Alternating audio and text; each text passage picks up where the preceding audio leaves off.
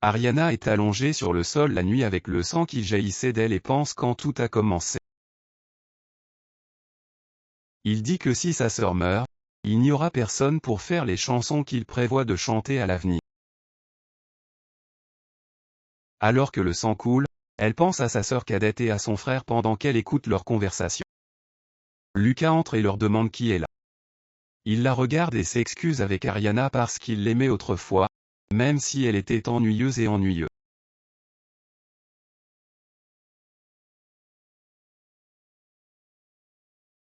Il tient Elena dans ses bras pendant qu'elle touche son estomac enceinte et dit à sa sœur qu'elle porte le fils de sa cousine.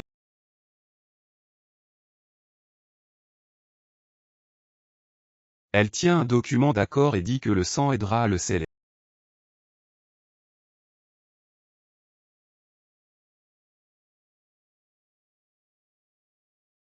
Elle l'a remercié et a dit qu'elle utiliserait bien sa richesse. Elle a pensé à la cruauté avec laquelle tout le monde la pressait. Puis elle a dit qu'elle jouerait la chanson qu'elle avait faite à son enterrement. Elle ferme les yeux et tombe dans l'obscurité. Soudain, Sofia se précipite rapidement et lui demande s'il est bien pendant qu'elle ramasse la nourriture tombée. Elle dit qu'elle aurait dû gérer le travail. Ariana demande ce qui se passe et la servante explique que le marquis de Pédigrin vous a demandé et ils ont préparé des friandises.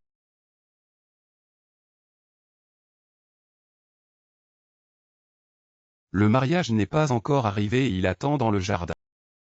Ariana pense à la façon dont elle a déjà été mariée à Lucas pendant 5 ans et se souvient de mourir après la trahison. Puis elle écoute Elena et Lucas parler. Elle dit qu'elle est contrariée parce que la date de mariage de sa sœur avec sa sœur est fixée. Ariana écoute la conversation et se demande si c'est un rêve ou non. Il se rend compte que Lucas et Elena ont commencé leur relation avant le mariage et continue de se demander combien de temps le mensonge a duré. Elle répond en l'appelant frère. Il lui dit de venir dans sa chambre après l'heure du thé et lui rappelle la leçon d'or. Elle pense à la façon dont la famille Lopez est célèbre pour sa musique. Cependant, son frère ne reçoit jamais le talent et intervient toujours en affirmant qu'il peut améliorer la chanson qu'elle a créée. Alors qu'elle continue à réfléchir, elle se souvient de combien de chansons elle lui a volées alors que sa sœur cadette les jouait dans l'opéra Lopez, construit par son grand-père. Même si elle vivait seule pour eux, elle demande soudain quelle année, mois et jour c'est. Il répond que c'est le 27 novembre. Il se rend compte que c'est exactement 5 ans avant le jour de sa mort. Il voit cela comme une occasion de protéger sa musique et de se venger, puis il sourit et dit qu'il a une nouvelle idée musicale et lui demande s'il veut l'écouter, et dans son esprit, il décide de les faire sortir de l'obscurité. Ariana s'assoit plus tard dans une pièce et commence à jouer du piano. Arvor dit qu'elle ne s'attend à rien de spécial parce qu'elle sait peu de choses sur la musique, elle pense avoir entendu ces mêmes mots trop souvent. Elle sourit et accepte que, par rapport à lui, elle est ignorante. Il se sent satisfait et dit que comprendre sa place peut être son seul bon trait. Il lui dit de se dépêcher et de jouer. Alors qu'elle joue du clavier, elle se demande quel genre de musique elle a créé à ce moment-là et elle se demande si elle peut vraiment se venger cruellement de la famille qu'elle aimait. Elle écoute le son et l'apprécie. Elle est surprise par la musique. Puis Lucas et Elena arrivent. La question qui a été cette représentation. Elle remarque la boue sur sa jambe et lui sourit en réfléchissant. Il est rebelle. Elle explique que la pièce est une improvisation. Sa sœur dit que la chanson est merveilleuse et pense qu'elle s'adapte à sa voix. Puis elle se plaint que le rang est trop bas pour montrer sa pleine compétence. Ariana répond que c'est dommage car elle a déjà le titre parfait. Quand on lui demande le nom, elle sourit et l'appelle Aria de la femme adultère. Ce titre dit tout sans trop dire. Elena lui demande quel genre de titre Ariana a choisi et dit qu'il semble trop vulgaire. Elle lui demande si elle le pense vraiment et elle est d'accord. Ariana dit qu'elle pensait que sa sœur le comprenait déjà. Quand on lui demande ce que cela signifie, elle lui explique qu'un titre vulgaire le rend plus fort parce que les affaires ont toujours attiré l'attention des gens tout au long de l'histoire. Il se demande encore comment un nom aussi étrange pourrait exister. Edward dit ensuite que ce n'est pas une mauvaise idée.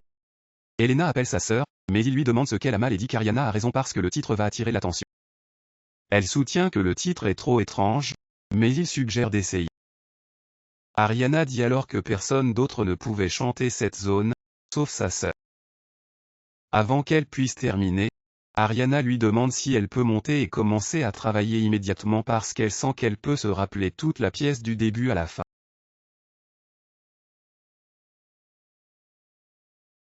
Lucas est contente et lui dit qu'elle peut diriger l'opéra du début à la fin. Elle sourit et accepte de faire de son mieux.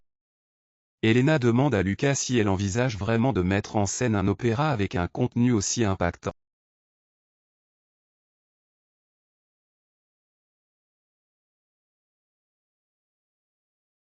Ariana entend le nom et se demande si Dan peut l'aider. Elle lui demande s'il revient vraiment. Lucas le confirme et dit qu'il est revenu après beaucoup de sang versé et venait de tuer des barbares. Elena réagit avec le soleil, lui frappe la tête et lui dit qu'elle doit rester loin d'un homme comme lui. Elle sait que c'est un cabaret où les gens ordinaires boivent et jouissent de spectacles.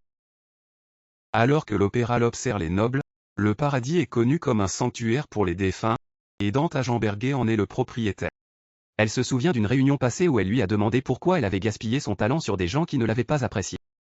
Elle lui a dit d'arrêter d'être stupide et de venir à lui parce qu'elle a réalisé que c'était la seule personne qui avait remarqué que sa famille utilisait son mus.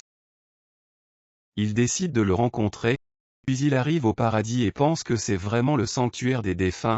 Quand il le voit, il se rend compte qu'il est l'assistant de Agenberger. Cependant, Ariana dit à Poe qu'elle est la fille aînée de la famille Lopez et lui demande de rencontrer le duc, baisse la tête et dit « Le duc ne rencontre personne sans un oui ».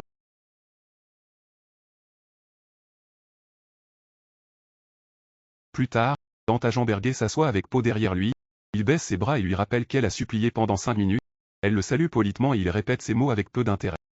Elle pense qu'il y a 5 ans, il n'aurait pas su qui il était. Elle explique qu'elle est venue lui offrir quelque chose et promet qu'elle ne lui prendra que 5 minutes, qu'elle répondra qu'elle a déjà trop et qu'elle ne veut rien de lui. Il sort rapidement un kalimba et lui demande d'écouter avant de juger, avant de pouvoir finir de parler, il commence à jouer, le son se remplit. Il regarde son visage et se demande s'il n'est pas assez bon. Puis, tout à coup, il lui a offert 5 milliards de cartes, ses yeux ont été ouverts à la surprise, et il lui a dit de lui remettre la partition complète et toutes les parties incluses. Une pièce de musique est incroyablement généreuse, elle le remercie, mais elle dit que l'argent n'est pas ce qu'elle veut, au lieu de cela, elle lui demande de devenir sa femme, cette demande change tout. Dante lui demande si elle offre vraiment une chanson en échange de mariage, Ariana lui demande si elle a écouté la musique de l'opéra Lopez et lui explique qu'elle a créé chaque pièce là-bas, dit que le comte de Lopez les a toutes faites. Elle lui explique qu'elle veut récupérer sa musique de son frère, mais la loi de l'Empire empêche les femmes célibataires de posséder des propriétés ou des droits sur leur propre travail.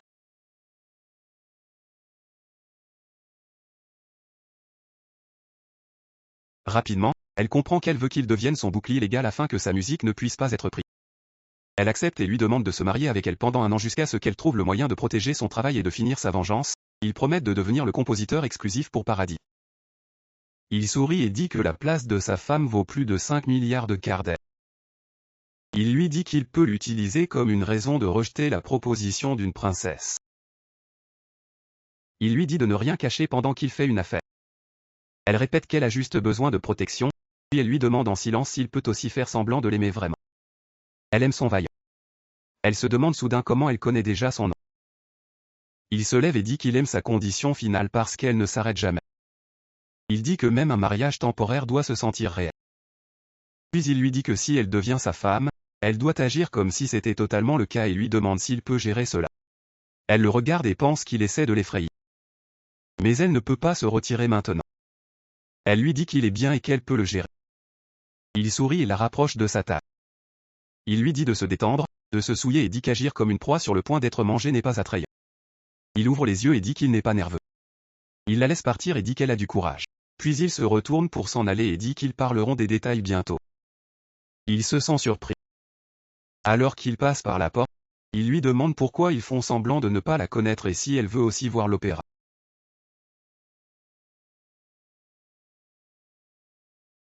Elle soupira et réfléchit à l'acte de 2 heures. Puis elle se souvient de la première fois qu'elle l'a rencontré et se demande si elle fait semblant de ne pas le connaître ou si elle l'a vraiment oublié. Plus tard ce soir-là, Ariana se retrouve seule et soupire.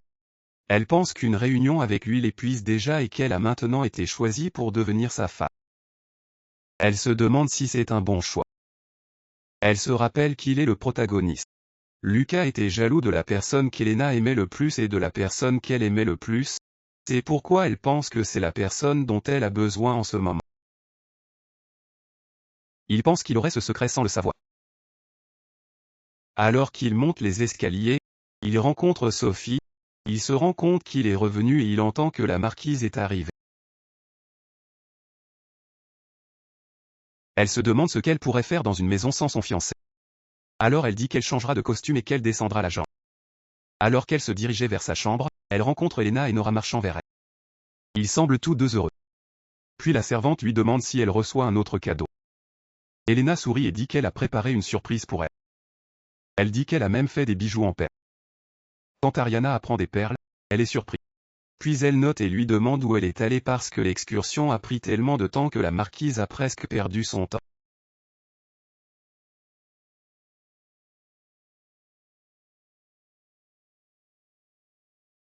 Cela la confond, et elle lui demande pourquoi il faut être prudent, expliquant que lorsqu'une femme célibataire passe trop de temps avec le fiancé de sa sœur, des rumeurs peuvent surgir. Elle dit que personne ne comprend son monde artistique comme lui. Alors même si cela la rend mal à l'aise, elle doit le comprendre. Elle pense qu'elle a toujours parlé ainsi, comme si elle partageait un lien particulier que personne d'autre ne peut comprendre. Elle sent qu'il ne s'agit pas seulement d'un homme et d'une femme, mais de ce qu'elle appelle une connexion artistique, et puis elle pose des questions. Il répond que c'est déjà un miracle qu'il a même mémorisé des notes musicales. Il est en colère et dit qu'il semble être de mauvaise humeur aujourd'hui. Puis il dit qu'il descendra d'abord et lui dit de prendre son temps pour se préparer ou se reposer avant de descendre.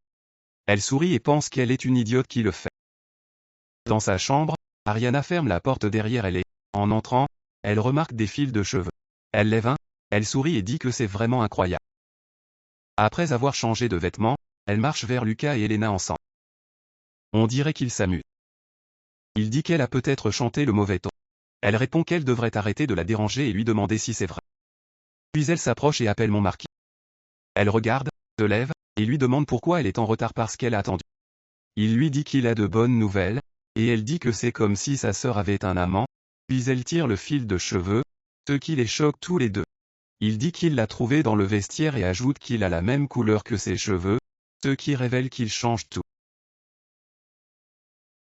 Il admet rapidement qu'il l'a fait parce qu'il s'est ennuyé en attendant et a décidé de vérifier le placard de son fiancé.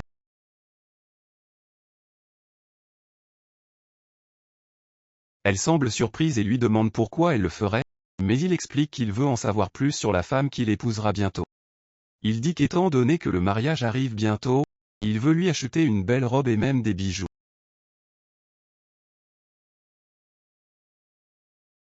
Et il lui répond qu'en tant que future martienne, elle mérite de tels cadeaux.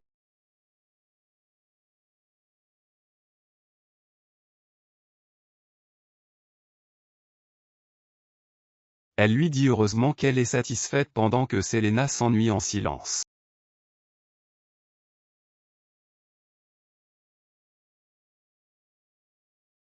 Elle pense que les initiales sont parfaites et elle lui remercie, disant qu'elle est profondément émue, puis elle dit qu'elle a tout préparé soigneusement et qu'elle est heureuse de voir sa réaction. Puis elle remarque des pièces supplémentaires à côté du collier et demande à leur sujet. Le bijou explique que ce sont des pendentifs et un bracelet qui viennent généralement comme un ensemble. Elle l'appelle et dit qu'ils sont beaux. Elle le rend heureuse d'avoir remarqué son courage et remercie ensuite son futur mari pour l'ensemble, mais il se sent mal à l'aise et dit qu'il ne doit en choisir qu'un comme signe de sa sincérité.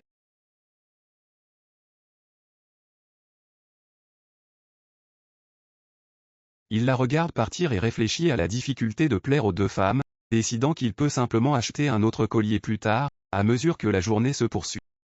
Ariana se sent seule et nettoie les bijoux tout en réfléchissant à ce qu'il est étrange de posséder un tel luxe. Puis il appelle Willem et lui demande combien tout cela pourrait être vendu et l'estimation qu'il pourrait valoir environ 15 millions de cartouches. Cependant, notre fille dit silencieusement à Willem de vendre tous les bijoux fournis par la marque. Elle est surprise par sa demande, mais elle explique qu'elle doit rester secrète pour l'instant qu'elle a tout vendu.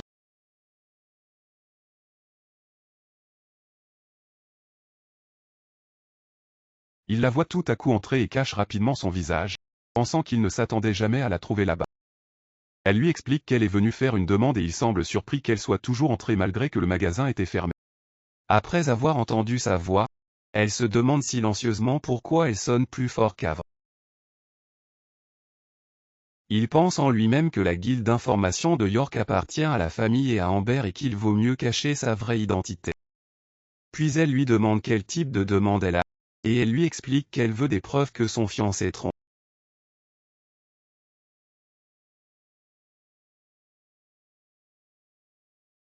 En voyant son visage surpris, il se demande pourquoi il est si surpris, parce que les triangles d'amour sont courants et qu'ils apportent souvent des affaires aux guildes d'information. Elle ajoute que les caméras peuvent être utilisées tout en réfléchissant à la façon dont la photographie était encore nouvelle pendant ce temps. Elle reflète que beaucoup de gens ont peur des photographies à cause des rumeurs selon lesquelles une âme peut être coincée à l'intérieur d'une image. En raison de cette peur, elle pense que l'affaire ne sera pas parce qu'elle veut mettre fin à l'engagement et se préparer à un nouveau mariage. En demandant si son futur mari doit être fiable et parfait, elle dit que vivre heureux avec les enfants serait la meilleure vengeance. Léonard entre et lui demande quand il est arrivé. Il répond qu'il a déjà accepté un cas et qu'il l'enquêtera lui-même plus tard. Léonard demande pourquoi il traitera de lui personnellement alors qu'il est le chef de la guilde de George. Elle lui a demandé pourquoi elle pensait qu'elle ne pouvait pas tuer une femme et elle s'est demandé pourquoi elle pensait qu'il était impuissant. Léo a répondu qu'il ne comprend pas pourquoi Lady Lopez aurait eu un tel malentendu.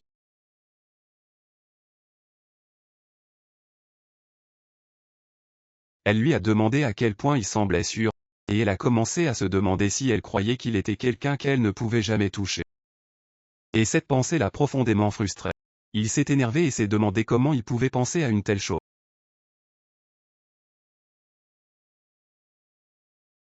Le premier est en train de visiter le comptoir d'information, le second est en train de lui parler du mariage contractuel, le troisième est à la recherche d'une soprano adéquate. Je pensais que ce dernier objectif était le plus important parce qu'il prévoyait de détruire l'opéra Lopez et sa famille de manière à ne plus jamais pouvoir se relever. En même temps, il sait que même la meilleure musique ne signifie rien si personne ne la fait. Elle admet qu'Elena est une excellente soprano, et se souvient que 5 ans plus tard, elle est devenue la meilleure chanteuse de l'Empire sauf pour une personne.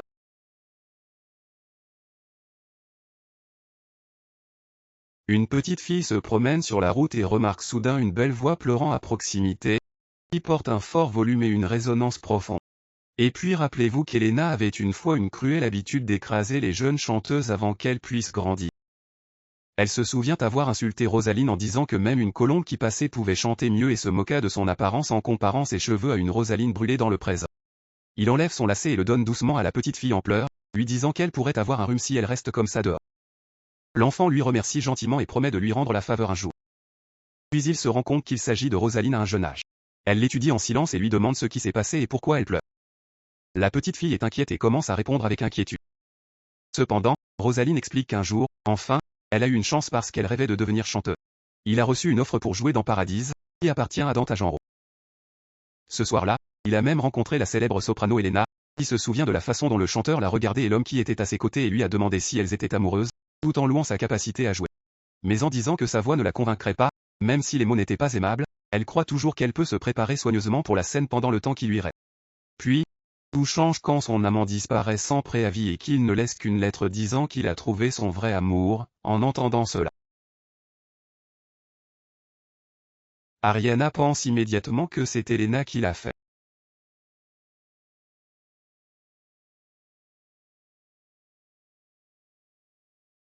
Rosaline est surprise et soudain elle se rend compte qu'elle ne sait pas encore qui est vraiment cette femme, tout en admirant silencieusement ses beaux cheveux. Il répond rapidement que son temps de représentation de 4 à 5 heures, après l'avoir vérifié maintenant, il se rend compte qu'il n'y en a pas. Elle s'en est allée avant le début du spectacle. Puis on lui a dit de se lever car il devait se rendre sur scène immédiatement. Surpris, elle lui a demandé ce qui se passait et on lui a dit de réchauffer sa voix pendant qu'on gérait le reste. Elle était très confuse et demandait ce que cela signifiait, juste pour entendre Ariana l'accompagner en chantant.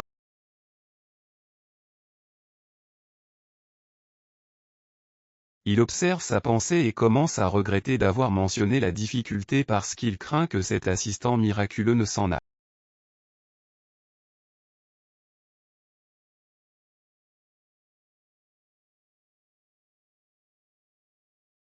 Ariana se souvient tranquillement que cette chanson a été la première à faire du succès de l'opéra Lopez et pense à la façon dont les changements de clavier correspondent aux émotions croissantes dans toute la pièce.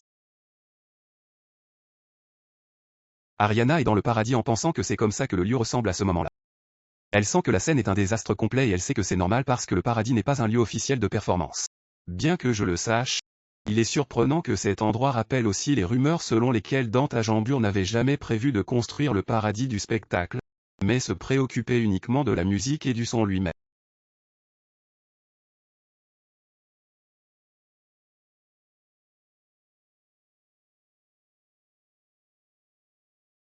La scène est trop proche des sièges, la position de réflexion est incorrecte et l'éclairage ne peut pas être utilisé correctement. Pendant qu'elle parle, d'autres travailleurs parlent d'elle et supposent qu'elle est l'accompagnante alors qu'ils se moquent de l'apparence de Rosalind et l'appellent Rusty.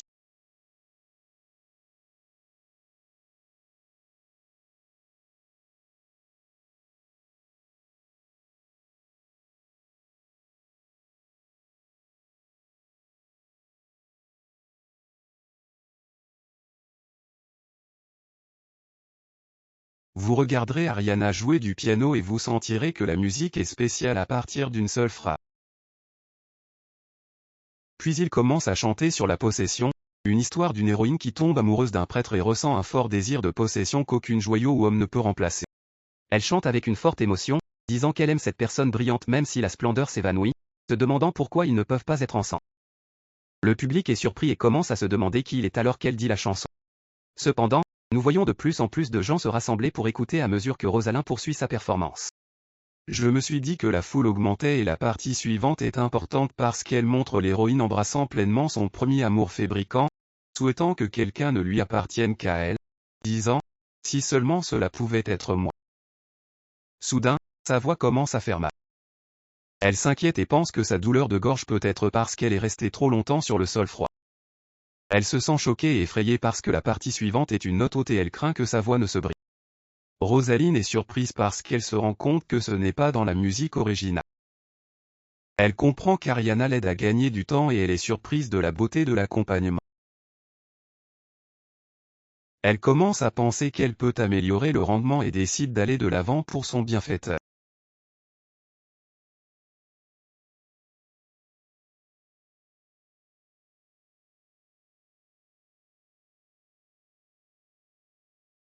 Certains disent qu'ils sont intrigués et demandent qui est le chanteur, tandis qu'une femme dit que sa voix n'est pas une blague. Quand Ariana se lève pour partir, elle entend quelqu'un dire.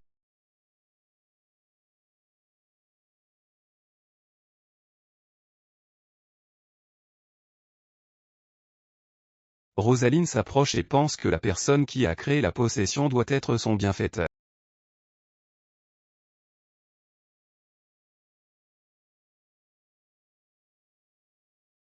À ce moment-là, Dante Agamben arrive et lui demande si elle est une femme et dit qu'elle utilise son espace pour promouvoir sa chanteuse.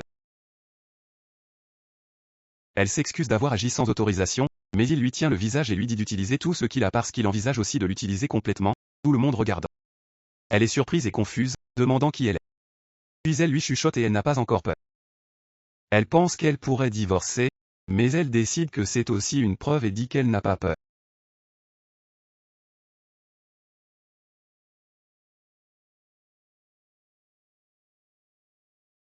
Dans une autre scène, Harold est en train de jouer dans un bar, il dit qu'il se sent en sécurité et qu'il met tout en jeu, et à ce moment-là, il entend son nom. Elias l'appelle Monseigneur, hors du corps.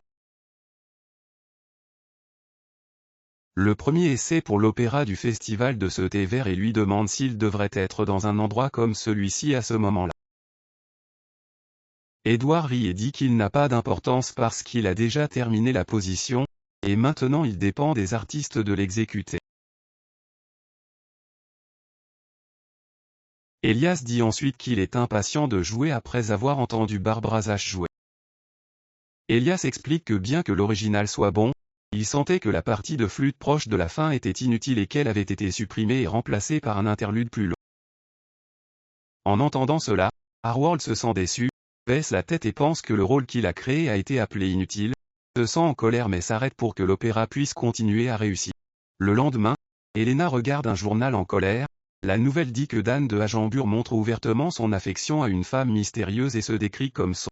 Il se met en colère et lui demande qui est cette fille, disant qu'elle n'est pas une princesse mais une femme à l'air désagréable en jouant un jeu d'amour avec lui. Puis il se souvient comment il existait toujours à ses représentations et comment il pensait qu'il était là seulement pour la voir. Elle se souvient d'inviter le duc à la fête suivante, pensant qu'il viendrait comme son compagnon, mais il l'ignore. Elle se souvient aussi de l'humiliation des gens qui disaient que son partenaire était le duc, et comme sa colère grandit, Nora vient à elle et lui dit de ne pas s'inquiéter. Disant que la fleur de l'opéra n'est pas la chanteuse mais Elena elle-même, elle lève les yeux et demande ce qu'elle veut dire, et Nora lui explique qu'elle réagit à cause de la... Cependant, Elena regarde le journal. Elle est surprise et l'appelle une fille peu sophistiquée. Elle se souvient de ce qu'elle a dit à Rosaline et à son amant et pense en elle-même qu'elle a trompé le fiancé pour ruiner sa performance. Cependant, Rosaline est encore en première, elle se sent bouleversée et elle sert fort le rôle. Dans la scène suivante, notre fille s'entraîne sur un violon, demande de jouer un peu plus fort.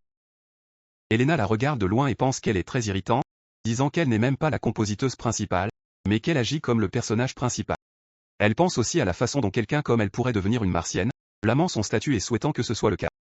Elena lui demande combien il a bu, mais il lui dit de se taire parce qu'il est ennuyé, en voyant qu'il est ivre.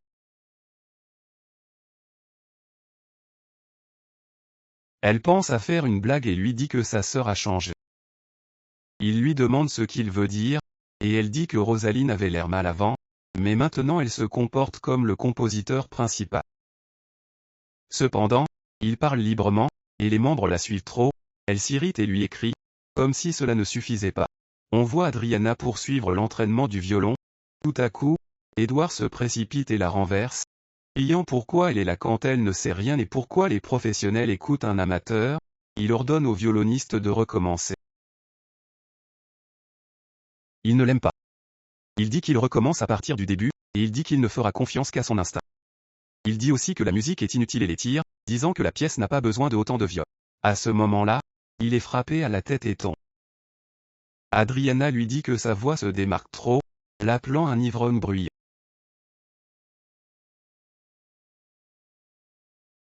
On sait que sa main lui fait mal pendant qu'il joue, pendant qu'il continue, il pense à lui-même qu'il n'a pas d'argent pour payer son ancienne maison et qu'il ne peut pas aller à l'hôpital. Il se souvient également que le violon est le seul vieux atout laissé par sa mère, qui était une noblesse tombée, il doit donc continuer à jouer sans montrer de douleur. Édouard crie pour qu'il se déplace et qu'il joue à nouveau, alors il continue. Robin pense à elle-même que cela ressemble à une souffrance sans fin, et elle doit le supporter, même si sa blessure pourrait s'aggraver si elle continue à jouer. Le son du violon est trop fort et il dit que tout le monde est licencié. Robin est surprise et se demande comment elle va perdre son argent pour le mois prochain. Alors qu'Adriana essaie de parler, elle interrompt en frappant Édouard à la tête. Adriana dit que cet essai sans fin doit s'arrêter. Elle ajoute que sa mère envoie tout quand elle est ivre, donc le licenciement doit être ignoré. Puis elle lui dit, Robin lui a donné la main. Elle a été surprise et lui a demandé pourquoi elle lui a dit que sa main était blessée et elle a dit qu'elle pouvait l'entendre à cause du tremblement du violon. Elle lui a conseillé d'aller à l'hôpital et a dit qu'elle serait guérie dans quelques jours et était traitée. Puis elle a regardé les autres violonistes et s'est dit qu'ils étaient tous épuisés et qu'Édouard les apportait.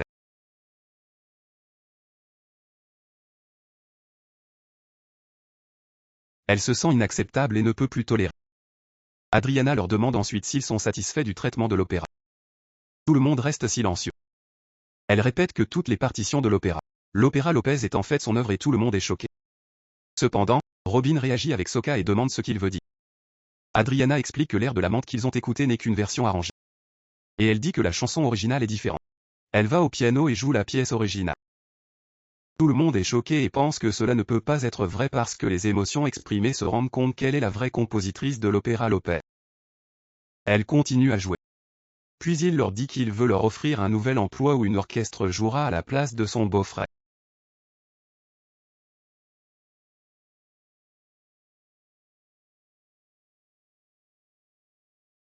Les musiciens commencent à être d'accord en disant qu'ils vont la suivre et même louent. Le maître de l'orchestre Lopez accepte de se joindre. Robin dit rapidement qu'ils s'occuperont de tout et les autres acceptent de s'occuper des conséquences pour qu'elle puisse continuer sans ce souci.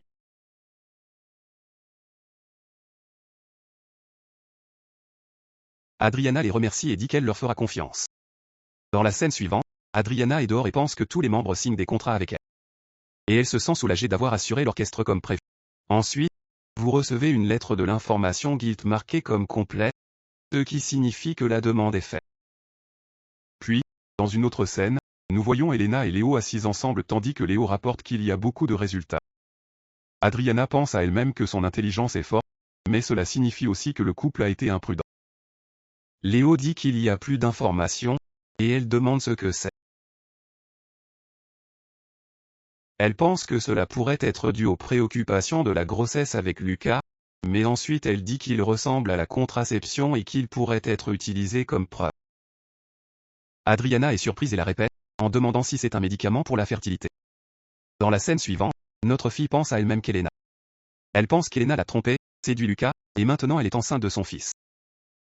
Elle pense aussi que si Elena pouvait même arriver à écraser quelqu'un avec une voiture, alors il n'y a rien qu'elle ne puisse faire.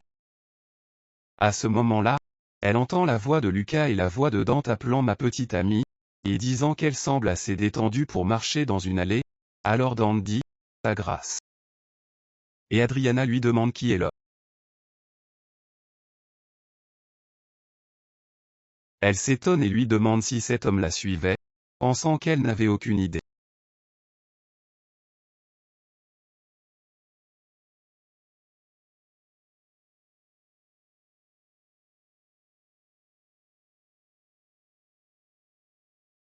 Elle lui explique qu'elle est fatiguée et dit que les préparatifs pour le mariage sont plus épuisants que prévu, et lui répond que puisqu'elle a 2 jeunes filles, il doit être encore plus difficile.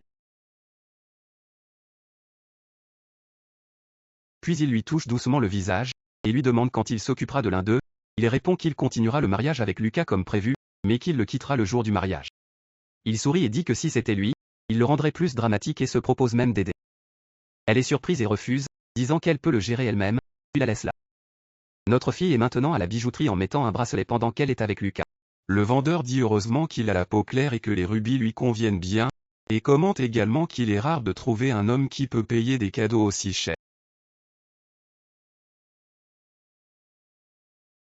Pendant ce temps, Ariana se dit qu'elle ne se vante que des billets épuisés tout en dépensant de précieux cadeaux de bijoux. Cependant, Ariana dit à Lucas qu'elle n'a pas bien dormi la nuit dernière, alors elle est fatiguée et veut rentrer chez elle rapidement. Elle pense à elle-même que ses yeux peuvent être en larmes de trop d'hostilité, mais Lucas pense qu'elle est émue par le cadeau et pense qu'elle est belle, sourit et lui dit que quand elle l'épouse et devient marquis, il aura beaucoup plus de cadeaux comme celui-ci, l'appelant son adorable fiancé. Ariana se souvient des paroles de Dante la nuit précédente, quand elle lui a dit qu'elle pouvait gâcher son mariage, l'invalider, ou même s'accrocher à sa taille et l'embrasser, et elle lui a demandé si elle était trop submergée pour aller seule et si elle pouvait vraiment aller au cerf. À l'heure actuelle, Lucas et Ariana sont ensemble tout en pensant que l'investissement est cher mais qu'il en vaut la peine, car l'entrepôt sera bientôt plein et leurs rendements augmenteront de nombreuses fois après la sortie et le festival. Tout à coup, un cheval court vers eux et les gens crient pour qu'il se déplace parce qu'il est un cheval. Lucas crie et s'enfuit, laissant Ariana derrière, qui tombe quand le cheval approche, mais quelqu'un l'éloigne juste à temps. En conséquence, elle entend la voix de Dante lui demander si elle est bien et si elle est blessée, elle est surprise et lui demande comment elle est. Il lui dit qu'elle ne peut pas lui ôter les yeux et lui demande si elle croit toujours qu'elle n'a pas besoin de son aide, lui dit de lui dire qu'elle a besoin et ne gère pas tout le soleil, il lui rappelle qu'il doit l'utiliser pleinement, Ariana sent que son cœur devient lourd et que, confus, en se demandant si ses sentiments sont de la peur ou de sa faute, il lui dit qu'il lui enverra une invitation au mariage et il sourit et dit qu'il sera ravi d'y aller. Dans la scène suivante, Lucas est assis sur le sol, épuisé et confus, il se demande pourquoi un cheval fou les a attaqués soudainement, puis il appelle Ariana, lui demandant où il est. Il se retourne et la voit dans les bras d'un autre homme, autour d'elle, les gens commencent à parler, disant que le duc a sauvé la dame et qu'il est encore plus beau. Il se demande aussi pourquoi un homme si gentil a le surnom de Marat. Il court vers eux et appelle Ariana son amour, disant qu'elle doit avoir été très effrayée, Dante l'arrête et l'appelle le cadre de Pédigré, Lucas est surpris et pense à la hauteur de l'homme.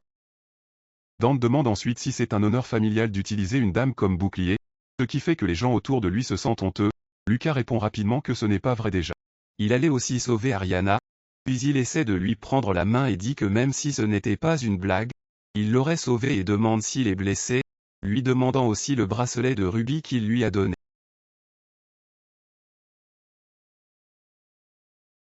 C'est vrai. Il le tire rapidement du sommet. En conséquence, Dante dit à Ariana qu'il lui donnera un nouveau bracelet. Lucas est en colère et lui demande pourquoi le duc donne des bijoux à son fiancé, puis il dit à Ariana de ne pas s'inquiéter car il achètera un autre. À ce moment-là, Léo arrive et dit à Dante qu'ils doivent partir ou ils vont perdre l'audience. Dante dit à Ariana de communiquer avec lui si elle est blessée et lui remercie de l'avoir sauvée. Lucas se met en colère et pense aux actions de Dante, se sentant possessif et jaloux tout en réalisant qu'Ariana est très belle et même plus belle que lui.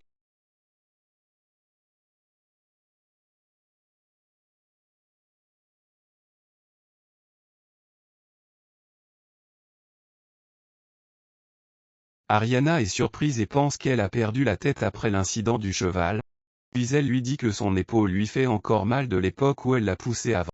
Cependant, Ariana dit qu'elle va rentrer seule où la douleur devrait se reposer, l'appelant mon amour. En voyant comment il se retourne, il pense en lui-même qu'il se moque clairement de lui, mais plutôt que d'être en colère, il sent qu'il perd le contrôle et veut avoir. Il pense aussi que dans 5 jours le mariage se passera et puis il l'aura complètement et la fera pleurer pour lui avec sa belle bouche. Dans la scène suivante, Ariana s'habille en robe de mariée tandis que Sophie lui dit qu'elle est magnifique et belle.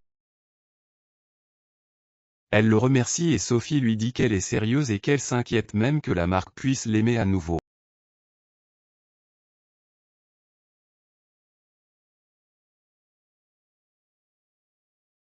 Ariana dit ensuite qu'elle n'épousera pas Lucas, Sophie dit que c'est naturel, Ariana dit aussi qu'elle envisage de devenir la duchesse des Ambes, même si c'est seulement temporairement. Willem lui demande ce qu'elle veut dire et elle explique qu'elle veut ramener la vraie Lopez connue pour sa musique pendant sa période de contrat avec le duc et demande de l'aide dans le présent. Elena interrompt et dit que la peau d'Ariana est pâle pour que la robe blanche ne se démarque pas et elle.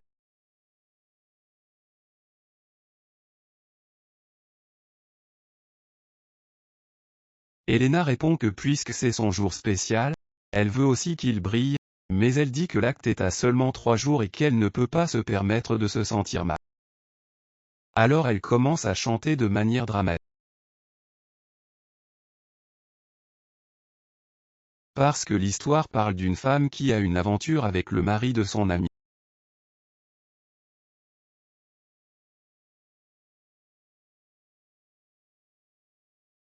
Tout le monde la salue, mais Elena essaie rapidement de l'aider à s'asseoir.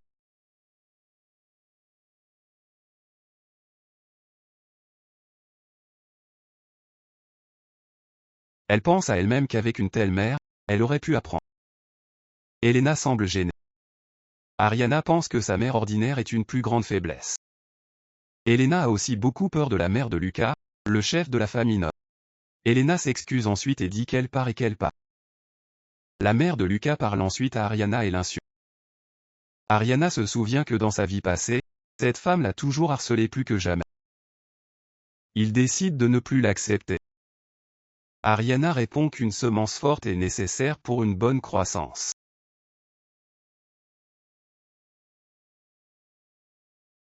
Ariana répond que son grand-père était un musicien célèbre et que sa mère était respectée.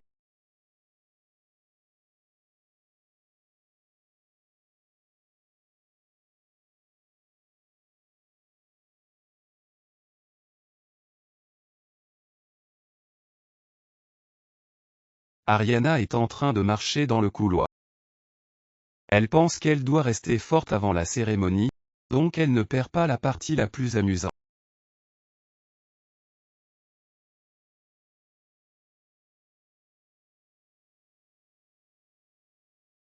Léo dit qu'il semble sérieux aujourd'hui et lui dit qu'il doit aller quelque part en ce moment. Quelque chose est sur le point de se passer. On dit à notre fille que quelqu'un est en train d'être piégé. Elle pense que c'est Elena et Lucas et elle ne peut pas croire qu'ils soient ensemble le jour de la voix. Dans la scène suivante, nous voyons Lucas et Elena dans une pièce. Elena pleure alors qu'il lui dit que ce n'est pas moi. Elle pleure encore plus et dit qu'Ariana l'a appelée vulgaire, même si elle s'est bien habillée pour la voir. Pierre la console et lui dit qu'il est gentil et qu'on lui donnera une leçon. Elena l'appelle à son marquis et devient intime. Ariana ferme la porte à l'extérieur et pense qu'en voyant cela elle se fâche. Léo dit qu'il a déjà des preuves, mais qu'il voulait qu'elle la voie. Ariana le remercie et se sent plus déterminée. De plus, Argo appelle Ariana et lui demande pourquoi elle sourit. Elle dit que c'est agréable de voir la famille ensemble. Il se plaint du chaos du mariage et dit qu'il doit servir correctement la marque maintenant qu'il fait partie de la famille. Elle lui montre son crayon et il le nettoie rapidement, disant que c'est du jus de fruits. Elle pense qu'il s'est efforcé de cacher des choses avant la voix. Elle pense aussi à son comportement passé et à la façon dont elle aimait les moments secrets de risque. Lucas lui demande ce qu'il veut dire quand il dit qu'il a fini rapidement et elle sourit et lui dit qu'elle le sait. Lucas pense aux mots d'Ariana et se demande ce qu'il sait et pourquoi il parle ainsi. En plus de cela, nous voyons Elena marcher dans la rue. Elle croit que la marque est déjà sous son contrôle alors qu'elle est engagée avec Ariana. Elle se sent excitée et pense que c'est excitant. Puis elle remarque Dante et se demande qui il est. Elle pense qu'un duc comme lui ne devrait pas être au mariage de Lucas, qui soutient l'empereur. Elle pense qu'il est peut-être venu pour elle. Elle sourit et va à lui. Elle le salue tandis que Dante répond qu'elle est la sœur de la mariée. Elle se sent heureuse et pense qu'il la connaît et qu'il est venu pour elle. Elle pense aussi qu'il est dangereux mais attirant et veut s'approcher. Après cela, le prêtre commence la cérémonie. Les gens disent qu'Ariana est la fille aînée de la famille Lopez et disent qu'elle est plus belle que prévu.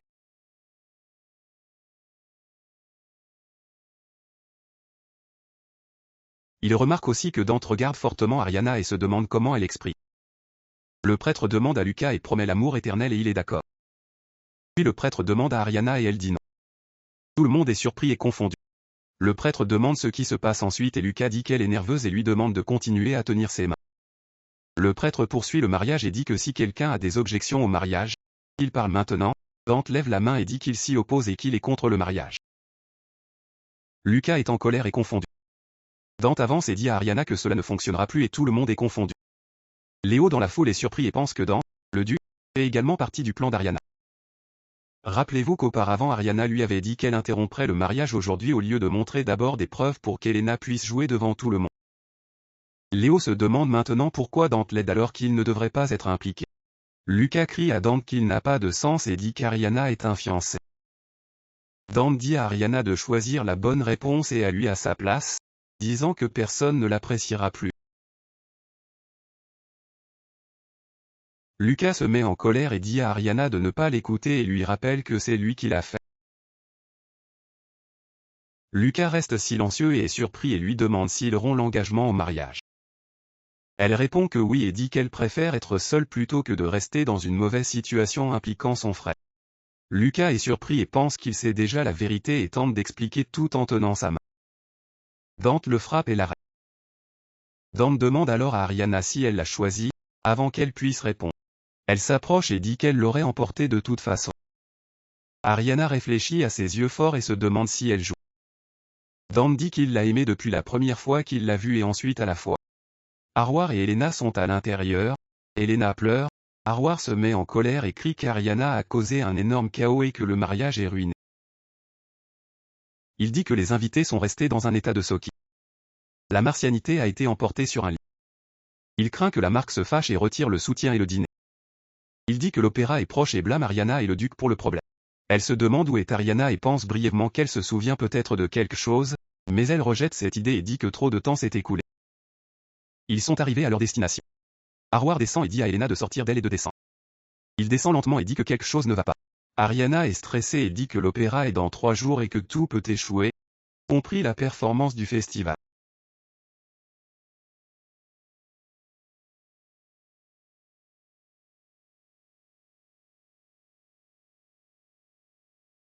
Puis il ouvre la porte et pense trouver Ariana et la forcer à revenir au mariage. Mais Ariana est déjà à l'intérieur et le salue calmement comme un frère. Elena et Harwar sont très surpris. Harwar est confronté à aller voir notre petite fille et lui demande comment elle peut rentrer à la maison après avoir causé un tel désastre. Il est surpris et lui demande ce qu'elle vient de dire. Elle dit qu'elle va à la maison. Il lui demande si elle va vraiment à lui et elle dit oui. Il la frappe et l'appelle une fille misérable, exigeant qu'elle répète. Elle se souvient à quel point c'était effrayant quand elle était en colère, comme son père ivre, mais maintenant elle le trouve ridicule et sourit. Elle devient de plus en plus en colère et lève la main à nouveau. Elena court vers lui et l'appelle frère. Ariana se souvient que son grand-père lui a appris à frapper un homme à la jambe pour se défendre et croit que cela a fonctionné. Elle dit qu'elle n'épouse pas Lucas, mais Harwar l'appelle. Elle lui demande si elle ne s'intéresse pas à la raison pour laquelle l'engagement a pris fin. Il accepte d'écouter et demande pourquoi. Elle dit que Lucas a été infidèle à sa sœur cadette le jour de la voix. Elena se met en colère et court vers elle. Elle le nie et le qualifie de faux. Elle signe qu'Ariana essaie de ruiner sa vie et dit à Harwar qu'elle la châtie. Harwar pense que cela peut être vrai et se souvient du comportement d'Elena et Lucas. Elena continue de crier qu'Ariana est en train de ruiner leur mariage, mais Harwar frappe soudainement Elena et dit qu'elle n'a jamais été battue auparavant. Cela devient un désastre familial. Harwar crie à Elena pour qu'elle s'excuse immédiatement avec sa sœur. Ariana regarde et pense qu'Elena est surprise et se souvient qu'elle n'a jamais été battue par son père ou son frère parce qu'elle l'a toujours protégée. Elena dit qu'Harwar va trop loin, mais il l'appelle de la même manière et la frappe à nouveau. Elle lui dit qu'elle s'agenouille devant Harwar. Edward dit que même si rien ne s'est passé, il doit agir comme s'il se repentit envers Ariana qui la soupçonne. Elena l'interroge, mais il l'ignore et Ariana parle soudainement et profite de la comédie bon marché. Elle dit qu'elle part et qu'elle appelle elle-même son auditoire avant de sortir. Harwar est en colère et court après elle, mais un garde l'arrête et dit que le duc a ordonné à personne d'arrêter Ariana. Elle pense que c'est la chambre du duc et elle se demande où il est, puis elle le voit par la fenêtre et pense qu'il est différent, ainsi qu'une nouvelle personne par son apparence. Dante regarde Ariana et lui demande ce qui lui arrive sur le visage. Elle lui demande ce qu'elle veut dire et il lui demande à nouveau qui lui a fait ça. Il lui tient le visage et dit qu'il ne peut pas accepter que ses affaires soient endommagées, surtout à sa femme. Ariana l'entend et pense que je le sais peut-être, elle s'excuse et dit que cela ne se reproduira pas puis elle lui demande qui l'a fait et elle reste silencieuse. Sue insiste sur le fait que ce n'était pas sa sœur cadette et dit qu'il doit être son frère, Harwar Lopez, et lui demande comment il devrait le faire. Dante sourit et lui demande si c'était suffisant pour elle. Elle dit que ce n'est pas suffisant et que c'est seulement le début, mais elle le remercie de l'avoir aidé maintenant. Elle dit qu'elle est heureuse d'être satisfaite et dit qu'elle l'a bien fait, alors tu. Elle est confuse et se souvient du baiser précédent et elle se sent nerveuse, se disant de se calmer et qu'elle ne faisait que jouer. Elle dit que les gens de la ville vont en parler et elle lui paiera plus tard. Il dit qu'il lui doit beaucoup. Elle est surprise et demande ce que cela signifie et il dit qu'il ne se souvient pas vraiment. Il lui dit qu'il lui donnera du temps pour se rappeler et elle se demande de quoi il parle et pense à quelque chose de son enfance, mais elle n'est pas sûre de ce à quoi elle est connectée. L'un dit que tout le monde a entendu parler de lui, l'autre dit que la Martienne a un collier. Maintenant il parle de la façon dont le duc a pris la fiancée et comment étrange Ariana a réussi à refuser. Il se demande ce qu'il adviendra de la princesse. En plus de cela, nous voyons Catalina, la princesse, lire un journal sur Dante prenant sa fiancée. Elle se met en colère et dit qu'Ariana Lopez est la femme. Elle dit qu'elle veut voir le visage d'Ariana et elle est curieuse d'elle. De retour à la maison, Edward crie que le grand livre est vraiment correct. Il le dit à Willem et le plus grand dôme rouge répond. Oui, Mas. Alors Edward se lève heureux, lit le livre et dit, c'est assez, le deuxième et le troisième jour sont complètement épuisés, même les scalpés sont fatigués. C'est exactement ce que cela signifie quand une mauvaise situation se transforme en une opportunité. Pensez-vous que l'erreur de la maudite femme se transforme en une bénédiction? Et c'est des millions de cas. Edward fait demi-tour et pense que, même quand son père dirigeait la famille, il n'a jamais apporté une telle quantité. Puis il dit à Willem de communiquer avec la tailleuse et d'apporter son catalogue. Willem répond, oui, Mas. Edward pense qu'avec autant d'argent, il devrait demander des vêtements plus chers et meilleurs. Et il sourit. Dans une autre scène, Ariana tient une lettre et pense que Edward est déjà épuisé et a même demandé un costume pour célébrer. Pensez-vous que c'est un exploit que la maison de Lopez n'a jamais eu auparavant? Pensez-vous qu'elle doit penser qu'elle est au sommet du monde? Comme si elle flotte sur les nuages les plus hauts, elle sourit en pensant à cela. Mais ensuite elle pense aussi que la chute sera encore plus douloureuse. Après cela, elle laisse tomber la carte et décide de se réunir avec son peuple. Ariana entre dans la chambre et remercie les hommes d'être venus. Il dit que l'amante n'a pas prêté attention aux membres ces derniers temps et demande si la pratique va bien. Lorelai répond qu'elle est très occupée. Donc pas de problème. Alors Ariana pense à eux comme aux stars de l'opéra Lopez, Harry, grand et charismatique avec un beau visage, Ruben, un jeune ange et mignon, et Lorelai, aimé par les fans pour son charme et sa gentillesse unie. Elle les regarde et pense que la chambre est lumineuse et décide d'assumer la responsabilité de changer son avenir parce qu'ils l'ont suivi et lui ont fait confiance. Ariana est surprise et leur demande ce qu'il doit faire puisque le duc n'est pas présent. Louis, Ruben et Lorelai sont aussi là. Ariana pense que la princesse arrive sans préavis et se souvient que tout le monde sait que Dante a été son premier amour.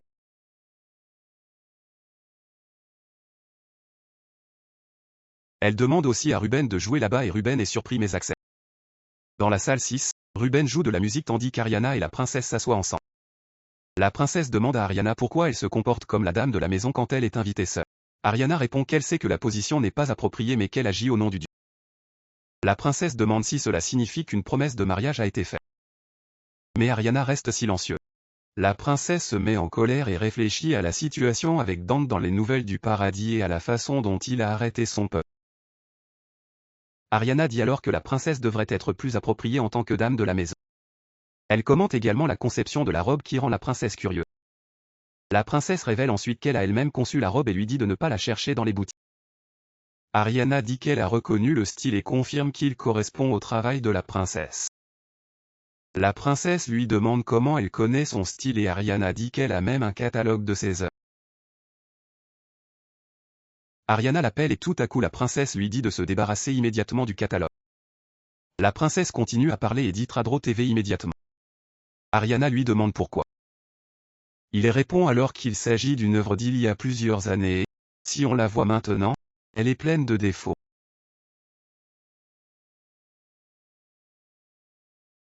Il explique que le cœur d'une petite fille est très sérieux et qu'elle ne peut laisser aller quelque chose qui l'éloignera. Et quand elle se sent seule pour des choses qu'elle ne peut pas avoir, elle le regarde souvent et se sent réconfortée. La princesse pense alors que ce sentiment de vide de désir inatteignable est exactement ce qu'elle voulait dire quand elle l'a pas. Et elle est surprise que personne ne l'ait décrit aussi clairement. Elle secoue la tête et se dit de se concentrer et de ne pas oublier son but. Après cela, elle se lève et pointe vers Ariana, disant qu'elle accepte son œil pointu, mais elle lui prévient de ne pas laisser Dante être pris au piège des scandales. Il n'y a aucune possibilité entre elle et Lord Dante, et si elle était avec lui, elle deviendrait trop puissante en tant que rivale pour le trône, ce qui rendrait la politique de l'impérial plus difficile. Ariana explique qu'elle est inspirée par le travail de la princesse du festival de fondation de l'année dernière. La princesse est surprise et demande si c'est le cas. Ariana sourit et dit que la pièce est intitulée Toothless of Joy, et elle se sentait très seule. La princesse réfléchit à la façon dont Ariana comprend son travail aussi et lui demande comment elle connaît cette musique. Notre fille dit qu'elle l'a composé elle-même, et la princesse réagit avec le solo en disant qu'il a été composé par un humain.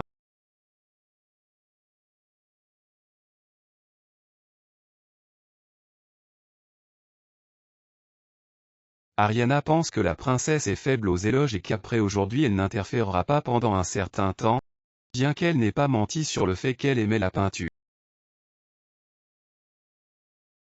La princesse est plus facile à lire qu'elle ne le pense, alors Ariana observe la princesse monter dans un char et continue de penser qu'il est vrai qu'elle a composé la musique après avoir vu un tableau appelé Deux visages de joie.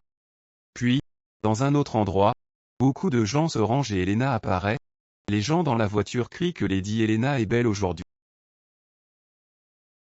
Tout semble aller bien juste après la disparition de la sœur d'Ariana. Elle pense que sa sœur est comme une déesse du malheur pour eux. Il se demande aussi ce qu'il y a de mieux à perdre sa sœur et pourquoi le marquis essaie de la retrouver, après l'acte d'aujourd'hui.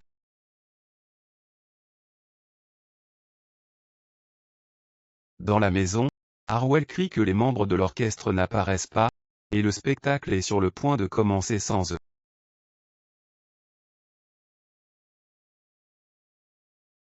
Elle se met en colère et lui demande comment tout le monde peut être en retard sur un jour si important et lui dit de les ramener de chez eux. Harwell lui crie et lui demande où ils peuvent trouver quelqu'un qui peut apprendre la partition difficile rapidement.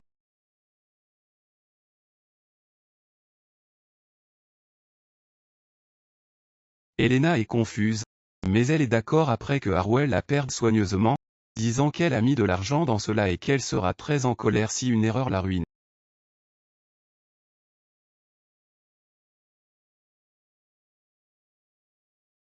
Elle commence à chanter et les gens disent que sa voix est bonne, mais elle s'ennuie sans accompagnement, pense qu'elle est professionnelle et doit jouer sans échec, ou Harwell va réagir plus. Soudain, elle voit Ariana dans la foule et elle est surprise. Pensant pourquoi sa sœur est ici, Elena arrête de chanter pendant un moment et les gens dans la foule. Puis elle monte sur scène et regarde Ariana. Elena pense dans son esprit qu'Ariana veut la voir échouer et c'est la seule raison pour laquelle elle est toujours là.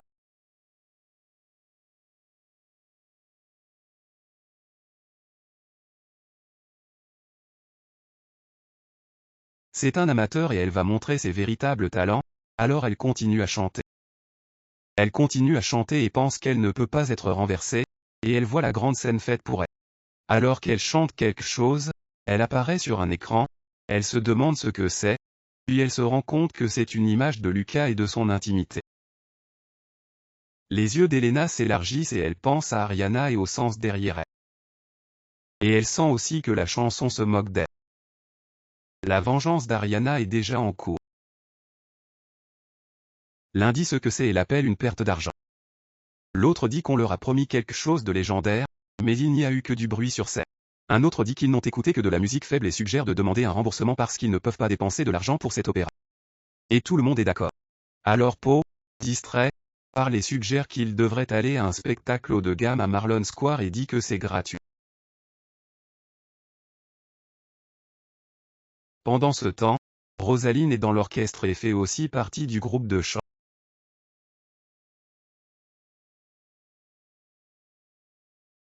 Elle appelle sa Lady Oriana et Ariana sourit et lui dit de simplement jouer comme elle l'a fait.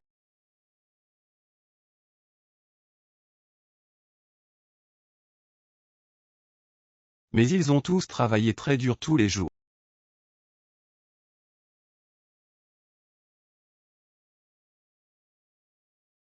Alors Louis tourne légèrement son visage et la regarde, et commence à contrôler l'orchestre.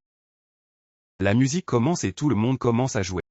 Alors que la foule écoute la musique, quelqu'un dit « Waouh, une mélodie si belle ». Alors Rosaline commence à chanter et un homme dans la foule. Vous souvenez-vous aussi quand Rosaline a dit qu'elle voulait être meilleure que Lady Hélène? Elle a dit une fois qu'elle se demandait pourquoi Ariana voulait la découvrir.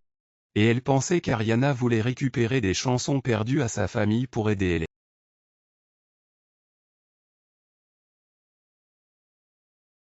Au fur et à mesure que Rosaline chante, plus de gens dans la foule louent sa voix et son son. Mais certains disent que les paroles sont étranges. La chanson parle d'être près d'un ami et de sentiments interdits. Et les gens sont surpris, ils disent qu'il parle de séduire le mari d'un ami, puis ils continuent à chanter sur le secret de l'amour et des mensonges blancs, et la foule devient furieuse. Elle chante aussi sur l'amour dans le jardin, le couloir et le vestiaire d'un ami, et une dame dans la foule dit qu'elle est débile. Pendant que ça se passe, Lucas et Edouard arrivent et ils sont tous les deux très en colère.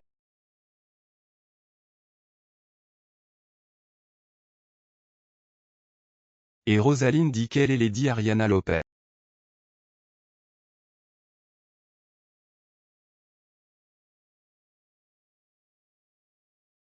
Lucas est encore plus en colère en voyant ça, et il pense qu'il ne laissera pas Ariana s'en aller.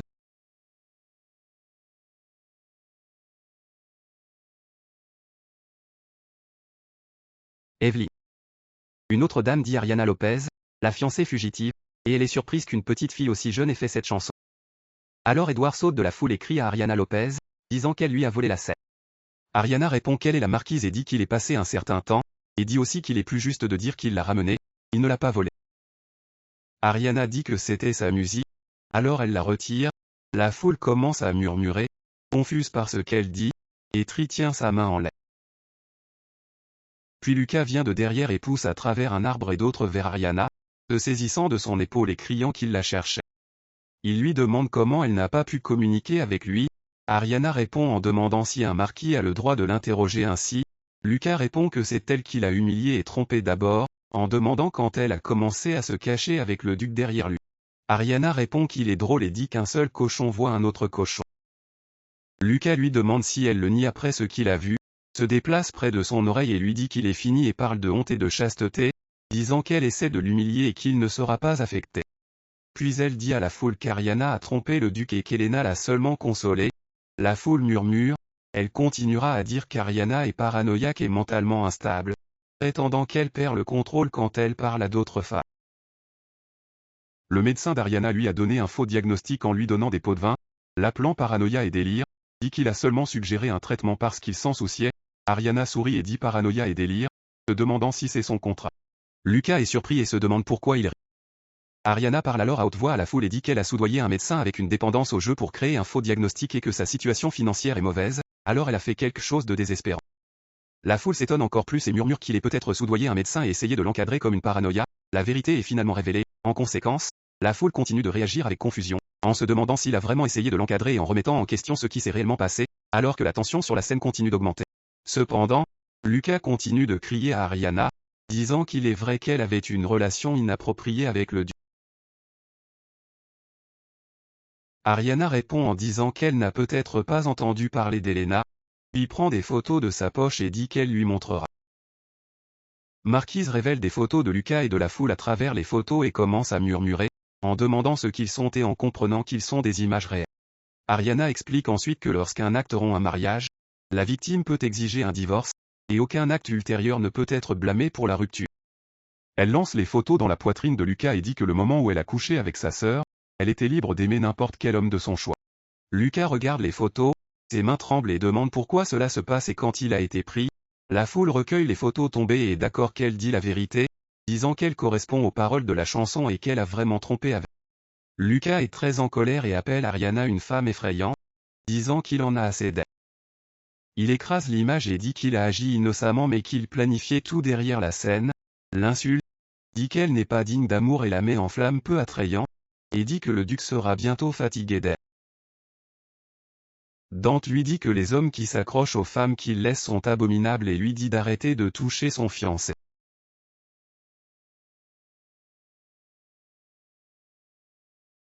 Puis il revient vers Ariana et lui dit de venir avec lui. À l'intérieur, Dante lui dit que la dernière fois qu'il est revenu avec un coup de fouet, et maintenant il entend des insultes, et il lui dira clairement qu'elle sera sa femme et qu'il ne doit pas être abaissé parce que cela l'abaisserait lui aussi. Ariana s'excuse et dit que quand Lucas parle, il se retourne contre elle, alors elle a pensé que c'était utile, et elle remercie Dante d'avoir aidé. Dante répond qu'elle devrait être plus grossière pour qu'il se sente moins coupable, et Ariana dit qu'elle n'a encore rien fait pour lui.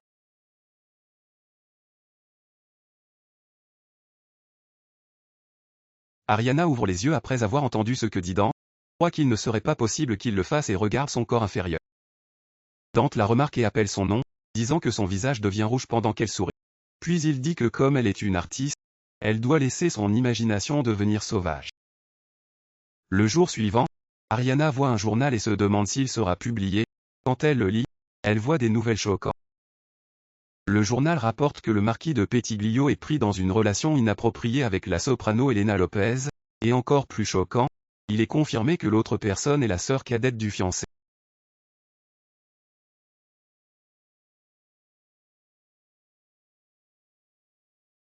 Les photos montrent clairement Lucas et Elena, et elle sent que l'article est plus propre et plus fort que prévu.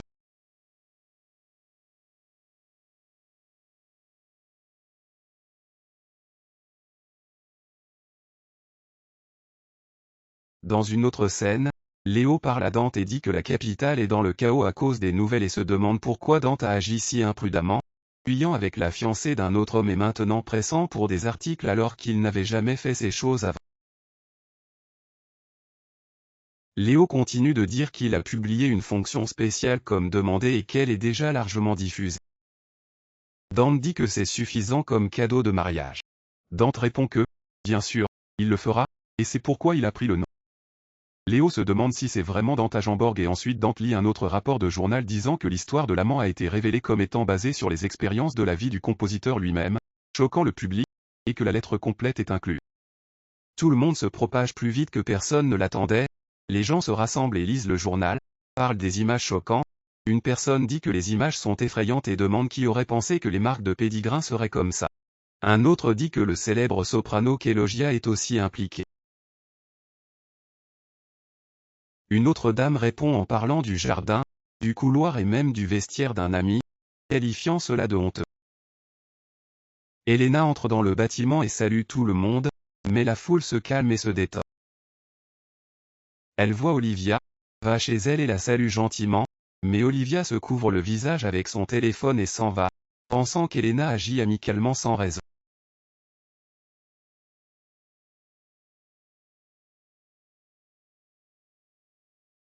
Elena écoute tout cela et on lui dit de rester calme en pensant que ce n'est qu'un jugement transitoire et que les scandales contribuent au succès d'une star. Quelqu'un appelle le nom d'Elena, mais elle pense qu'on l'observe encore. Elle se retourne et répond avec un sourire. Puis une fille d'un magasin de vêtements dit que le paiement d'une robe est en retard. Les yeux d'Elena s'élargissent et elle dit que son frère s'occupera bientôt. La fille dit que le directeur veut le paiement le week-end. Elena insiste sur le fait qu'elle s'en occupe, mais la foule continue à murmurer. Elle s'éloigne rapidement, pensant que tout le monde la regarde comme si c'était un spectacle. Alors il rencontre Lucas, qui est couvert d'un manteau et dit que c'est lui.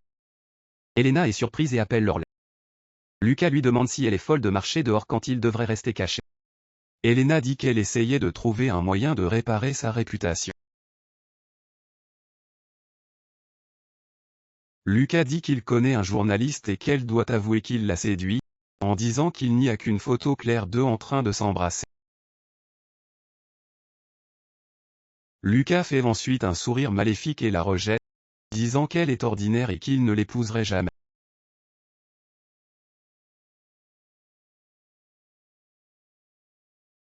Lucas parle à Elena et lui dit qu'il semble avoir oublié qu'ils vivent dans la même maison et lui rappelle que tant que la mère d'Ariana et Lucas est d'une famille noble, la mère d'Elena est une noble et ils ne devraient pas se séparer.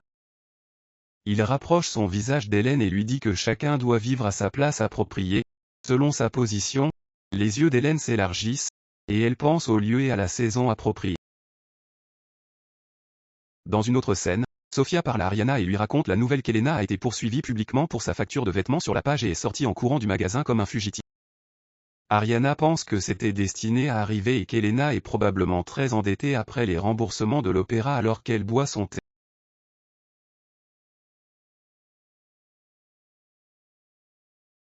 Imaginant ce qu'il parlait, Ariana pense au scandale avec une femme de faible statut et à la réaction de Lucas. Alors qu'Elena est toujours poussée par ses désirs, Ariana donne une lettre à Sofia et lui demande de la remettre à Willem à la résidence du comte Lopez. Sofia et Sofia répondent que Sofia demande si Ariana a d'autres affaires puisqu'elle est toujours dans sa robe.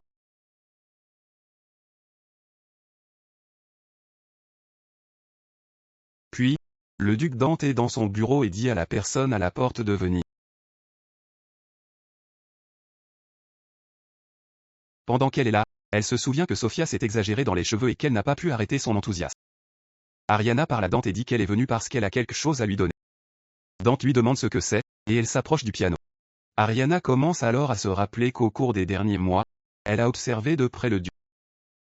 Et il semble toujours fatigué d'être réveillé tard au travail et ferme souvent les yeux même lorsqu'il voyage. Elle se souvient aussi qu'à son plus jeune âge, elle a composé cette chanson dans l'espoir que sa mère ait des rêves doux et se demande si elle l'aidera.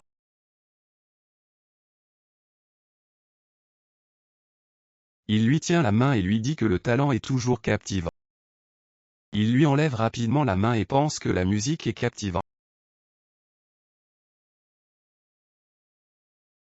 Dante lui demande pourquoi elle pense ainsi, et elle explique que les conservateurs ne l'auraient pas publié si tôt autrement. Il dit que ce n'est peut-être pas une grande récompense, mais c'est tout ce qu'il a à offrir et qu'écouter de la musique relaxante peut l'aider à dormir. Dante répond qu'il ne veut pas la feuille de musique, mais qu'il veut qu'elle vienne en personne et joue quand elle veut, comme les nuits d'insomnie. Mais elle lui enlève la main et essaie de parler, mais elle interrompt et s'approche, lui demandant si elle utilise du parfum. La femme devient rouge et dit qu'il n'a pas d'importance. Dante lui demande si elle connaît la fleur d'où vient l'odeur. Elle dit qu'elle n'est pas sûre. Il dit qu'elle est Ariana. Puis il pense que c'est une fleur des régions de Koda et qu'elle pousse probablement dans le Ducat. Alors Dante sourit et dit que son langage floral signifie « Suivez cette odeur et venez à mon lit ». Ariana pense que Sophie ne pense probablement pas à la signification des fleurs, parce qu'elle n'est pas une fille compliquée. Elle pense aussi que le vrai problème est l'homme qui ressent le besoin de le signaler, et peut-être que le vrai problème est elle-même parce qu'elle est trop affectée. Ariana parle ensuite à Dante et s'excuse, disant que la connaissance des fleurs fait partie d'une qui est bonne à se excuser de ne pas le savoir.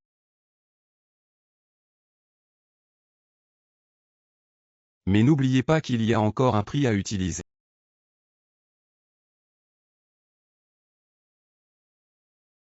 Alors Dante dit qu'à partir de demain, les gens vont venir se préparer pour le mariage et il a l'intention de faire d'elle la plus précieuse fiancée du capitaine. Les yeux d'Ariana s'élargissent et elle se souvient d'un moment de sa vie passée où Dante lui a dit de ne pas être stupide et de s'approcher et de la traiter comme un joyau précieux. Elle répond qu'elle se prépare à partir, alors qu'elle est debout. Il vient derrière elle et lui demande si elle s'est souvenue de ce qu'elle a oublié. Ariana pense que c'est à nouveau ça et dit qu'elle ne l'a pas encore fait, ajoutant qu'il devrait obtenir un disque bientôt, lors d'un. Plus tard ce soir-là, Ariana se couche dans le lit et commence à rêver dans le sommeil.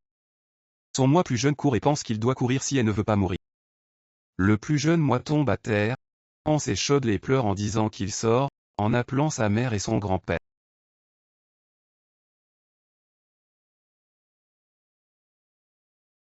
Quand elle a perdu son grand-père et sa mère, elle pense que chaque fois qu'elle essaie de se souvenir de lui, la douleur de tête devient si forte qu'elle s'arrête.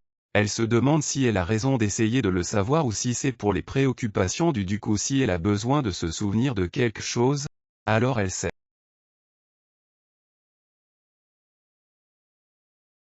L'autre dit qu'Ariana, qui était presque invisible dans le manoir, est devenue la duchesse.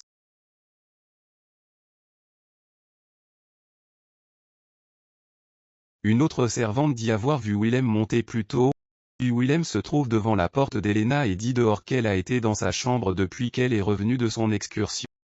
Elena répond de l'intérieur que s'il va courir, il doit se perdre, entre dans la chambre et s'assoit, puis demande s'il a rencontré la marquise de Pédigré. Puis elle lui demande si on lui a dit d'assumer la responsabilité de tout. Elena pleure et dit qu'on lui a dit d'avouer qu'elle l'avait attaqué et qu'on lui trouverait un partenaire de mariage à l'étranger, et elle l'appelle un bastard. Willem dit que s'il quitte la capitale, il sera en danger. Elena lui demande ce qu'elle veut dire, et il dit qu'elle pourrait être éliminée comme salaire final. Rappelez-vous que Lucas lui a dit qu'elle ne pouvait pas être sa femme et pense que cela pourrait être vrai. Elle dit à Willem de faire quelque chose, disant qu'elle est de la famille Lopez et qu'il ne peut pas simplement regarder. Willem dit qu'il ne peut pas rester immobile et lui dit qu'il y a un moyen de survivre.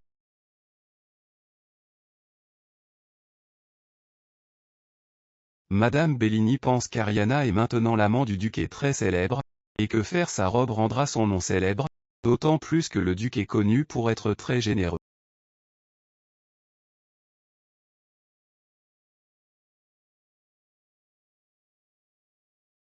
Ariana dit qu'elle n'a pas encore été informée et que la limite est de 50 millions. Madame Bellini pense qu'il n'y a presque pas de limite du tout et dit que toutes les robes sont en dessous de 50 millions. Ariana dit ensuite qu'il y a un problème et dit qu'il doit être plus de 50 millions parce qu'elle a ordonné de ne rien acheter en dessous de ce prix. Ariana la regarde et pense que Bellini réagit de la même manière que le joyau qu'elle a rencontré hier quand il a essayé de la faire la plus belle petite amie de l'Empire. Et vous vous demandez qui savait que cela se ferait d'une manière aussi simple et simple.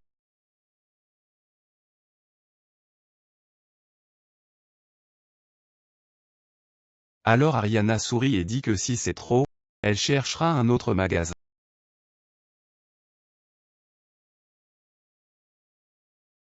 Il dit aussi qu'il cousera de petits diamants à l'intérieur du linge pour augmenter le prix immédiatement.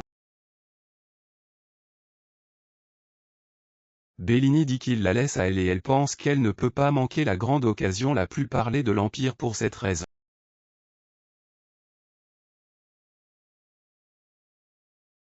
Oriana demande si c'est le cas et Bellini dit que bien sûr son cœur se réchauffe juste en le voyant et lui dit de faire attention car son amour est très doux. Bellini lui dit qu'Ariana a un passé douloureux et pense qu'elle est curieuse de son histoire cachée. Ariana dit que c'est vrai et que Bellini l'a beaucoup consolée. Bellini prend des notes dans son esprit. Ariana dit que c'est son expérience passée et qu'au début le duc l'a frustrée parce qu'elle prévoyait toujours de se marier.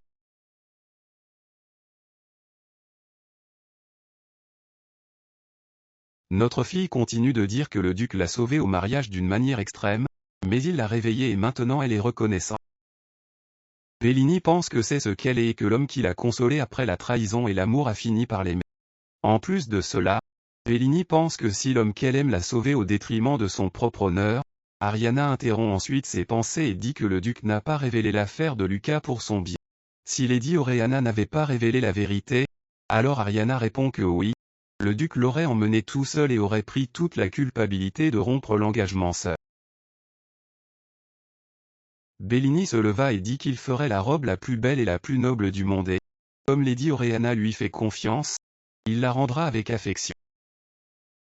Bellini pense alors que l'inspiration arrive et se demande aussi si la rumeur va bien se répandre. Ariana la regarde et pense qu'elle a vu des choses similaires avec tous les marchands pendant les préparatifs du mariage, donc elle devrait en quelque sorte s'étendre et qu'il y a encore beaucoup de lacunes dans sa relation avec Dan. Le jour du mariage arrive à la maison d'hygiène verdoyante, les hommes parlent de la façon dont toute la ferme s'ouvre pour le mariage et de la grandeur qu'il est.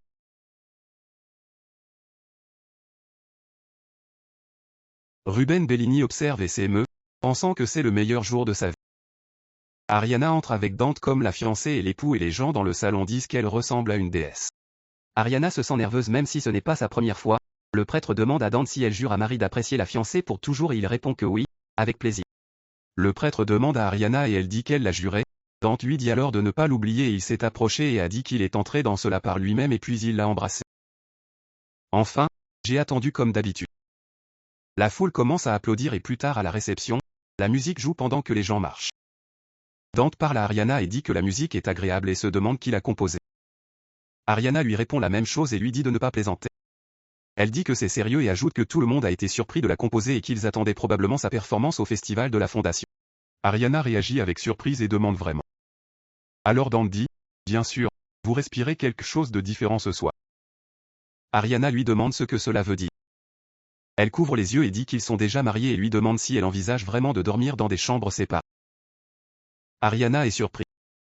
Elena interrompt alors et se présente en disant « Sœur, tu es si belle aujourd'hui » et lui félicite en disant qu'elle doit être heureuse. Ariana pense qu'elle est réservée au cœur à la réception des mariages quand les gens autour commencent à murmurer et à demander pourquoi Elena est là. Ruben Evelyn arrive et demande à Elena Lopez ce qu'elle fait là-bas et l'appelle sans vergogne. Elena se pose et Ariana lui dit de lever la tête. Elena la lève tremblant et dit qu'elle est venue juste féliciter son frère. Ariana pense que sa performance s'est améliorée et qu'elle a fait paraître faible et comme si elle avait pleuré. Elena s'approche de nouveau et loue la beauté d'Ariana et du couple tandis que d'autres l'insultent et disent que personne ne veut sa bénédiction. Elena dit ensuite qu'elle se demande si elle n'aurait pas dû venir maintenant qu'Ariana est la duchesse et qu'elle ne la reverra peut-être plus jamais. Elena prend alors sa couette et dit qu'il y a quelque chose qu'Ariana ne sait pas et qu'elle n'a jamais eu le courage de dire jusqu'à présent. Pensant que ce serait probablement une autre excuse faible, soudain, Adolphe Schme, le fils unique du garçon Esme, entre et crie que Miss Elena est la victime et que tout est un malentendu. Adolphe insiste sur le fait qu'il y a une vérité que Lady Ariana ne sait pas et répète qu'Elena est la victime.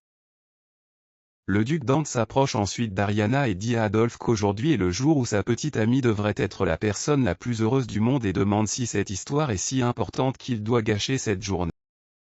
Adolphe commence à trembler et pense que la pression lui fait perdre les mots. Elena lui dit qu'il est bien et regarde vers le bas, disant qu'Ariana ne veut pas encore voir son CA. Adolfo regarde Elena et pense qu'il doit agir de toute façon, puis se ferme et dit que c'est vraiment si important. Elena marche vers l'avant et Ariana s'approche aussi en pensant que cette excuse n'est pas créative. Adolfo affirme ensuite soudainement que Elena a été dans une relation avec lui tout le temps et qu'ils étaient engagés en secret. Les gens dans la foule réagissent et se demandent si c'est vraiment le cas. Ariana croit qu'Adolphe est trompé et aide involontairement à créer de fausses preuves. Ariana dit à Elena qu'elle a un conseil sincère pour elle et qu'elle ne le dira qu'une seule fois, alors elle doit écouter attentivement et que ce n'est pas un vrai conseil. La famille, c'est moi, à laquelle appartient Adolphe. Elle est très riche dans la capitale, elle pense aussi qu'avec une petite conversation douce et lui donner de l'espace, il agirait comme s'il renonçait à tout pour elle d'une façon stupide. Elena pense qu'Ariana fait cela par envie, mais ensuite Elena parle et dit qu'elle ne comprend pas ce qu'Ariana dit. Sœur, Ariana répond et regarde Smith en pensant qu'Adolphe peut sembler une option facile parce qu'il est facile à contrôler.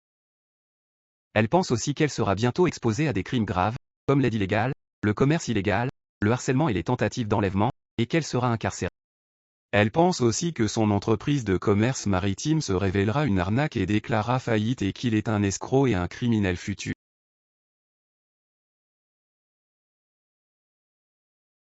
Elena pense alors qu'à partir d'aujourd'hui, les gens vont cesser de la blâmer et commencer à blâmer Ariana. La foule commence à murmurer et à juger la situation. Elena pense que les gens devraient avoir pitié d'elle, mais elle sent qu'on se moque d'elle à sa place. Je ne me souviens pas du vestiaire, mais la marquise l'a forcée à tout le reste. Ariana pense alors que le marquis est plus méchant que prévu et dit qu'il doit être puni immédiatement.